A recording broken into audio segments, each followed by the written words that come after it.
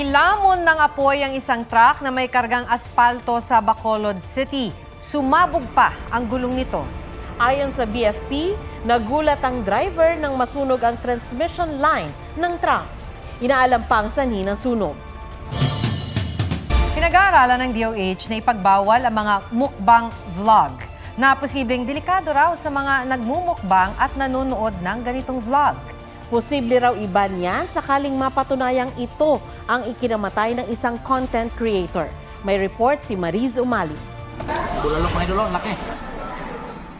Nakilala ang content creator na si Dong Zapatan sa kanyang mukbang vlogs. Pero noong June 13, Hi mga idol, kain tayo mga idol. Chicken. matapos umanong kumain ng piniritong manok, inatake siya sa puso at pumanaw. Nababahala sa insidenteng ito ang Department of Health.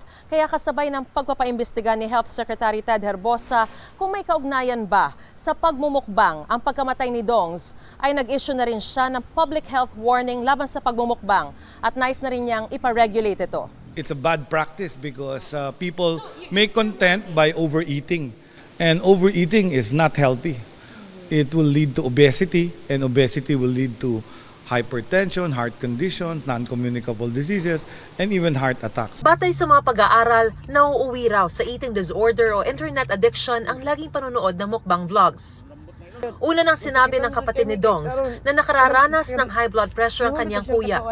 Pero kung mapatunayang may kinalaman ang pagmumukbang sa pagkamatay ni Dongs, pwede raw tuluyang ipagbawal ang DOH ang mukbang vlogs. Kasi nga, you are promoting unhealthy behavior to the Filipinos. So, I can ban it locally. I can propose for banning mukbang locally, even ask the DICT to stop those sites kasi para rin siyang food pornography, making people eat like gluttons. Para sa full-time content creator at mukbanger na si Richard, hindi naman puro masama ang naidudulot ng pagmumukbang.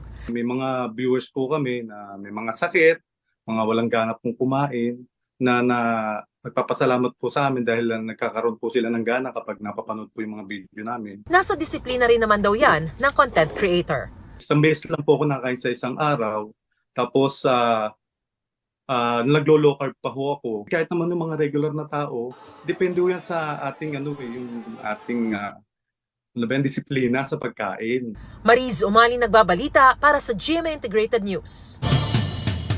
Naghain ng reklamong plunder si dating Senador Antonio Trillanes laban kina dating Pangulong Rodrigo Duterte at Senador Bongo dahil sa pagsasabwatan umano para mapunta raw sa pamilya ni Go ang ilang malalaking kontrata ng Davao Local Government. Narito ang aking report.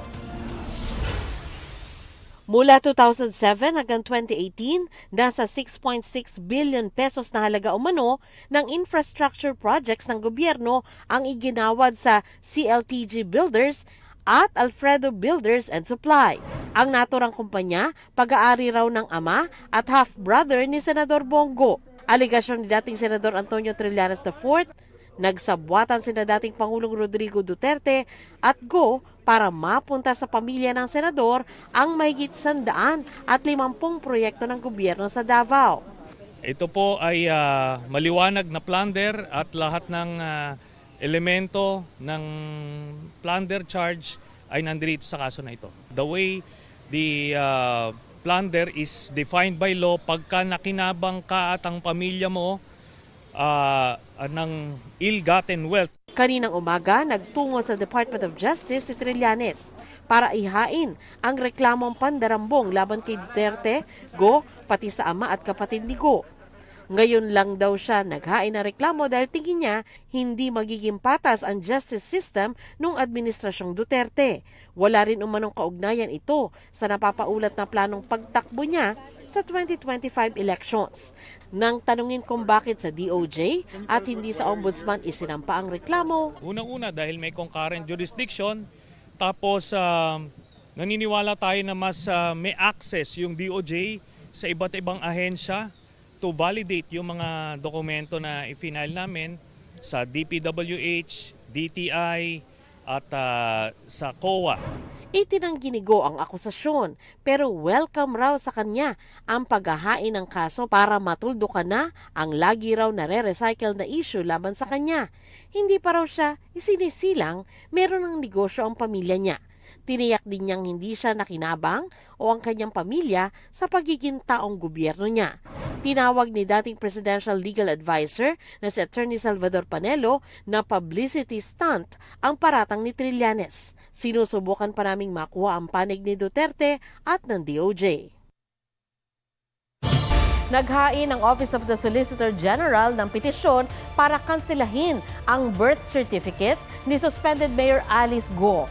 Ayon kay Solgen Menardo Guevara, nabigo si Go na sumunod sa requirement sa late registration ng kanyang kapanganakan. Isinampa ang petisyon sa Regional Trial Court sa Tarlac City. Paliwanag ni Guevara, makakasuporta ang petisyon na ito sa quo warranto petition na magpapawalang bisa sa pagkapanalo ni Go bilang mayor. Kung makakansela kasi ang kanyang birth certificate, mawawala raw ang pinakaimportanteng depensa ni Go na siya ay Pilipino. Nagbabala naman si Senador Win Gatchalian na posibleng arestuhin na ng Senado si Go kundi pa rin ito dadalo sa susunod na Senate hearing. Naglabas na ng subpoena ang komite ni Senador Risa Ontiveros laban kay Go at sa kanyang pamilya dahil sa hindi pagsipot sa nakaraang pagdinig. Wala pang pahayag ang kampo ni Go tungkol sa petisyon ng Solgen at sa sinabi ni Gatchalian.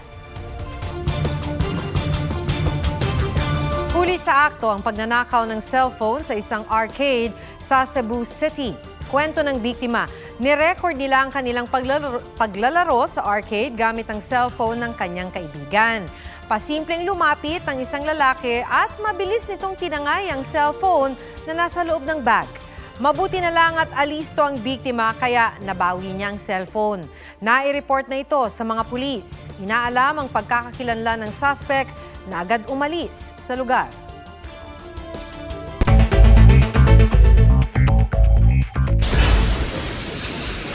Kalsada sa Bagong Bayan, Sultan Kudarat naputol sa pagragasa ng malakas na tubig bunsod na masamang panahon. Sa South UP, Maguindanao del Sur, umapaw naman ang tubig mula sa isang creek kaya hirap makadaan ng ilang motorista sa lakas ng agos.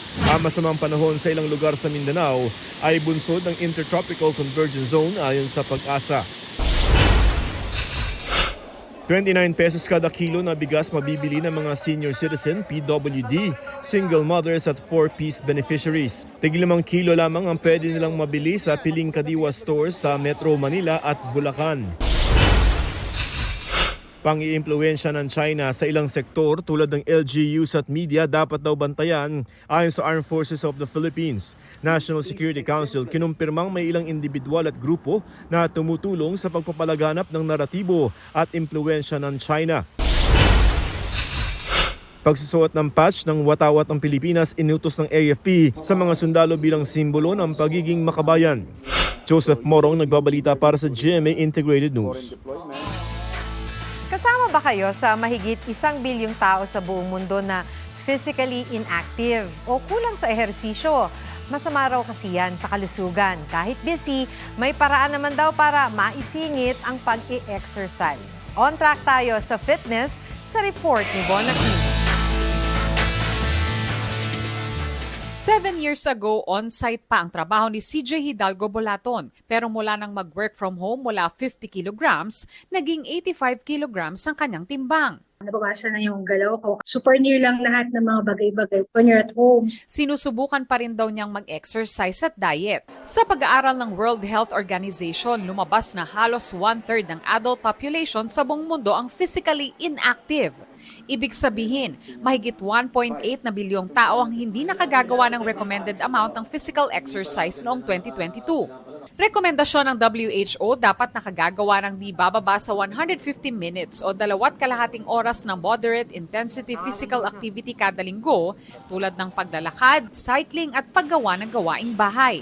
O kaya 75 minutes o mahigit 1 oras na vigorous exercise tulad ng pagtakbo o pagsali sa sports. Sabi ng DOH, kapag hindi sapat ang pisikal na aktibidad, maaring magkaroon ng major non-communicable disease, kabilang na ang cardiovascular diseases. Pag tumagal ang panahon at hindi nag-ehersisyo, hindi na babanat ang buto, tapos sabayan mo pa ng pagkain na medyo mataas sa asin, sa asukal, sa taba, talaga magkakaproblema tayo sa puso. So, high blood, atake sa puso, stroke. Pwede rin daw magka-diabetes. Kapag di natin ginagamit yung ating kalamnan sa exercise, na hindi na sila marunong gumamit ng asukal. Tawag doon insulin resistance. Payo ng isang fitness coach kung busy, mayroong less than 10-minute workout na pwedeng gawin sa bahay. 15 to 45 seconds na side plank, 10 to 20 reps o repetition ng glute bridge. 10 to 20 reps ng push-up, 5 to 12 reps ng Superman pull, sunod ang 8 to 20 reps ng squats at 6 to 12 lateral squats each side.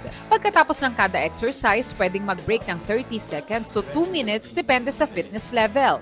Just start. Gawin mong mas magaan yung workout. You know, instead of doing this many reps, babaan natin yung reps. It's better than nothing. Von Aquino nagbabalita para sa GMA Integrated News.